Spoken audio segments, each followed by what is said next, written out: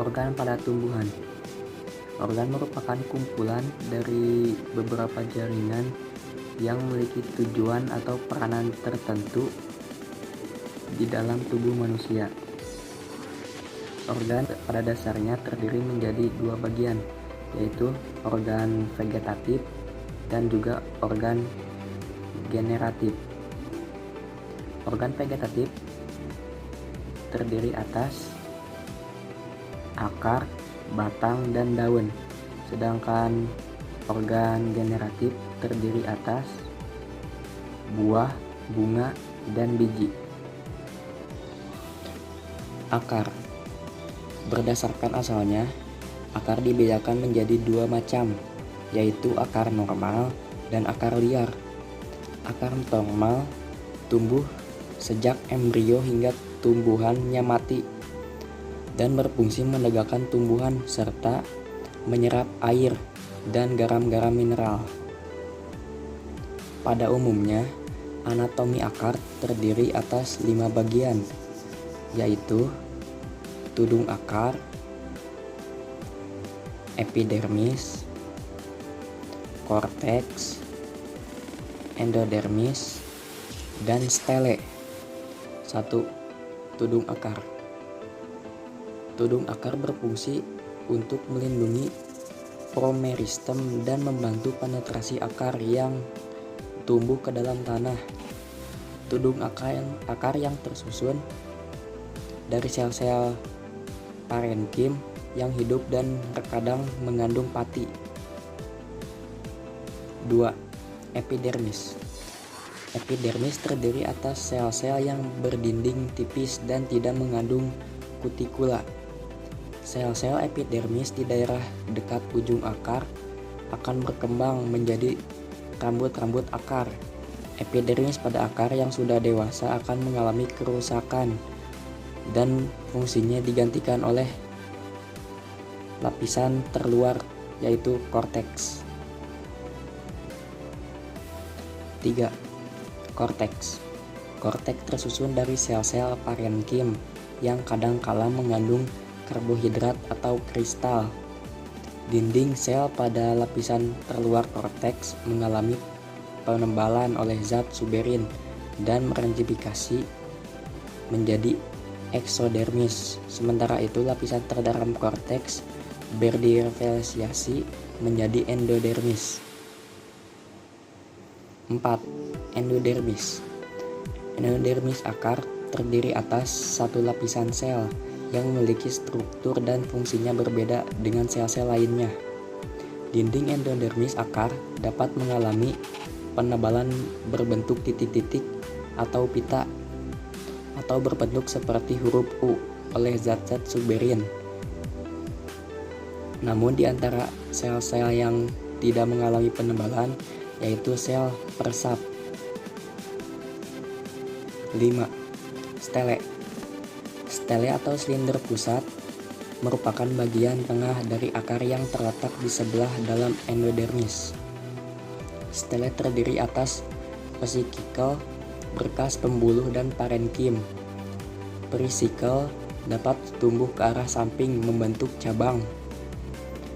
Sistem bekas mengangkut tersusun di jari-jari silem yang jumlahnya bervariasi dan berselang-seling dengan floem. Silem membentuk sumbu sentral di bagian tengahnya yang terisi oleh sel-sel parenkim. Sel-sel parenkim yang terdapat pada silem dan floem tersebut disebut juga jaringan konjungtif. Yang kedua yaitu batang. Batang merupakan bagian tumbuhan yang tumbuh di atas permukaan tanah. Fungsinya untuk menopang daun, bunga, dan buah. Bagian batang tempat munculnya daun disebut dengan nudes, dan bagian batang yang terdapat dua buku disebut dengan internudes. Susunan anatomi batang sama dengan susunan anatomi akar, yaitu epidermis, korteks, dan stel. Yang ketiga, dari organ pada tumbuhan adalah daun. Daun merupakan organ tumbuhan yang berperan sebagai pabrik pengolah makanan bagi sebagian besar tumbuhan. Ada dua tipe pada daun. Tipe pertama yaitu tipe dorsiventral. Daun tipe ini biasanya tumbuh horizontal dan terdapat pada hampir semua daun tumbuhan dikotil. Permukaan atas daun tampak lebih cerah daripada permukaan bagian bawahnya. Yang kedua, tipe isobilateral. Tipe ini tumbuh vertikal sehingga kedua permukaan daun dapat menerima intensitas cahaya matahari yang sama. Daun jenis ini terdapat pada hampir semua daun tumbuhan monokotil dan beberapa jenis dikotil.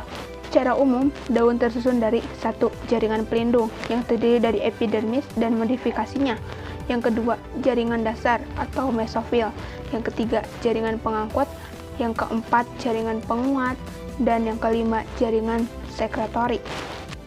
1. Epidermis. Epidermis daun terdapat di permukaan atas dan bawah serta biasanya terdiri atas selapis sel. Tetapi ada pula yang terdiri atas beberapa lapis sel atau yang lebih disebut epidermis ganda. Misalnya pada daun ficus sp, nutrium sp, dan piper sp, sel epidermis tidak mengandung klorofil kecuali pada sel penutup stomata dan sel-sel epidermis daun tumbuhan yang berada di dalam air. Penebalan dinding sel diakibatkan oleh lignin dan putin yang membentuk lapisan kutikula. Terkadang terdapat lapisan lilin di atas lapisan kutikula tersebut.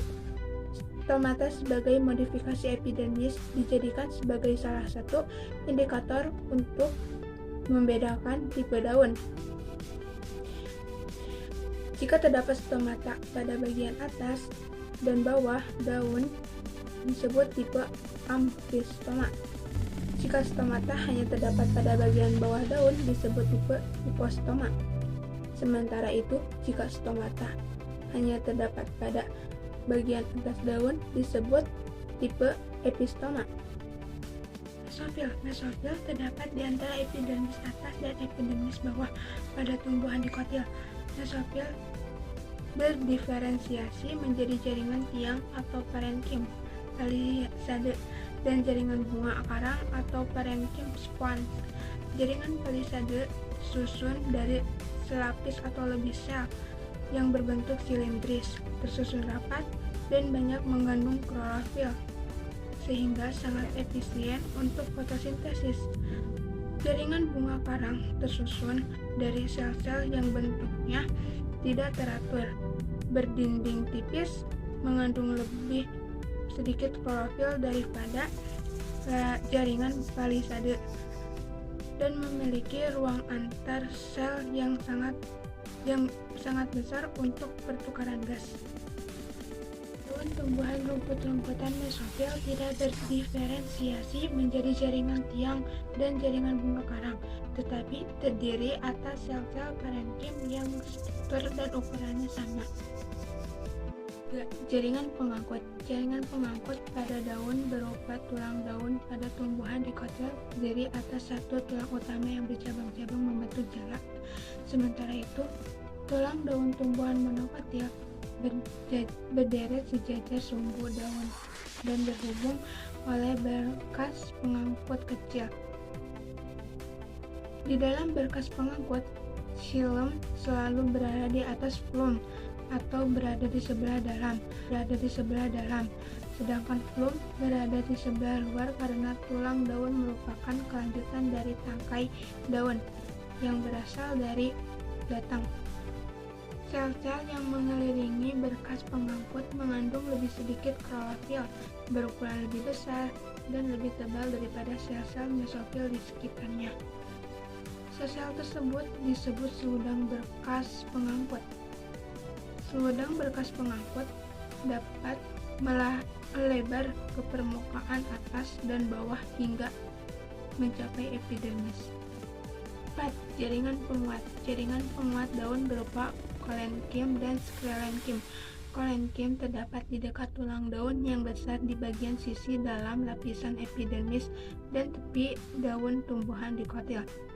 Serat sklerenkim dapat ditemukan pada berkas pengangkut tumbuhan monokotil.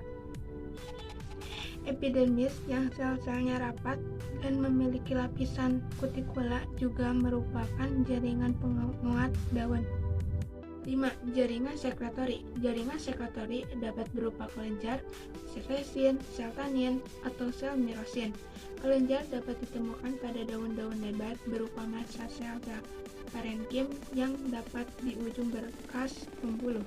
Contohnya adalah rongga minyak esensial yang terdapat pada mesofil daun tumbuhan Citrus sp. Bunga.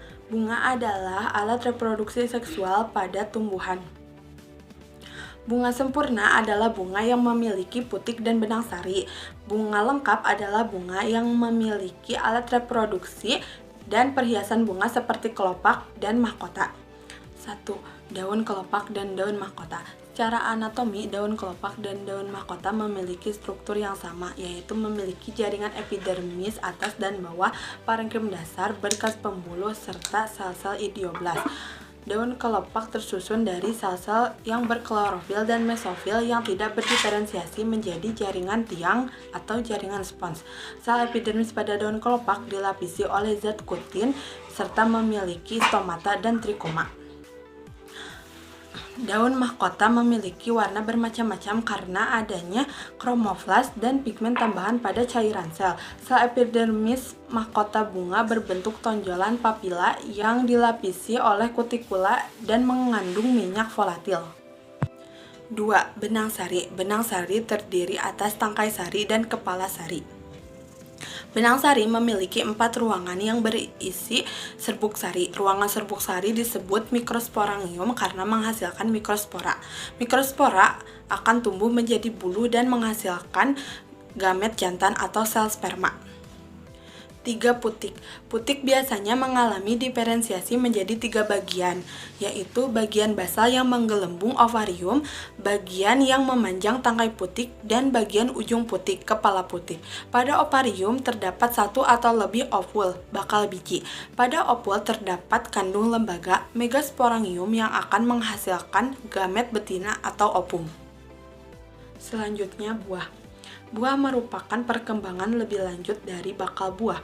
Berdasarkan sifat dinding buah, buah dibedakan menjadi 3 macam, yaitu buah kering pecah, buah kering tidak pecah, dan buah berdaging.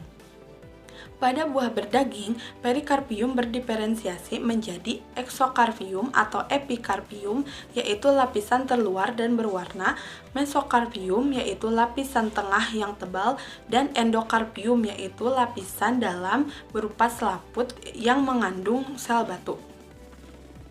Pada buah kering, eksokarpium memiliki karakteristik seperti sclerenchyme. Perubahan warna kulit selama pemasakan buah disebabkan oleh transformasi kloroplas menjadi kromoflas. Yang terakhir, biji. Biji merupakan perkembangan lebih lanjut dari bakal biji. Kulit biji atau testa merupakan diferensiasi dari integumen yang berfungsi melindungi embrio dan endosperma yang berada di dalamnya. Struktur kulit biji bervariasi, biasanya terdiri dari jaringan epidermis, jaringan makroskleroid dan osteoskleroid, sel-sel parenkrim, sel kristal, serta sel berpigmen. Perbedaan tumbuhan monokotil dan dikotil berdasarkan akar, batang, daun, biji, bunga, dan serbuk sari. Yang pertama yaitu akar. Berdasarkan tumbuhan dikotil, 1. Akar tanggung dan kokoh. 2. Ujung akar tidak memiliki selaput pelindung. Berdasarkan tumbuhan monokotil, akar serabut dan kurang kokoh. Yang kedua, ujung akar memiliki selaput pelindung. Yang kedua yaitu batang. Menurut tumbuhan dikotil yaitu 1. Memiliki kambium, 2. Bisa membesar, melebar, dan meninggi. 3. Batangnya bercabang. Berdasarkan tumbuhan monokotil yaitu sebaliknya dari tumbuhan dikotil. Yang pertama, tidak memiliki kambium, tidak membesar, dan tidak bercabang. Yang ketiga, daun. Berdasarkan tumbuhan dikotil, 1. Tulang daun menyirit, 2. Stomata ada di epidermis bawah. Berdasarkan tumbuhan monokotil, 1. Tulang daun sejajar. Yang kedua, stomata ada di epidermis atas dan bawah. Yang keempat yaitu biji. Berdasarkan tumbuhan dikotilnya, bijinya membelah berkeping-keping, dan berdasarkan tumbuhan monokotil yaitu sebaliknya, bijinya tidak membelah. Yang kelima, bunga. Berdasarkan tumbuhan dikotil, kelopaknya berjumlah 2, 4, dan 5. Dan berdasarkan tumbuhan monokotil, kelopaknya berjumlah 3. Yang keenam yaitu serbuk sari. Berdasarkan tumbuhan dikotil, yaitu masing-masing serbuk sari punya 3 alur, dan berdasarkan tumbuhan monokotil memiliki 1 alur di setiap serbuk sarinya.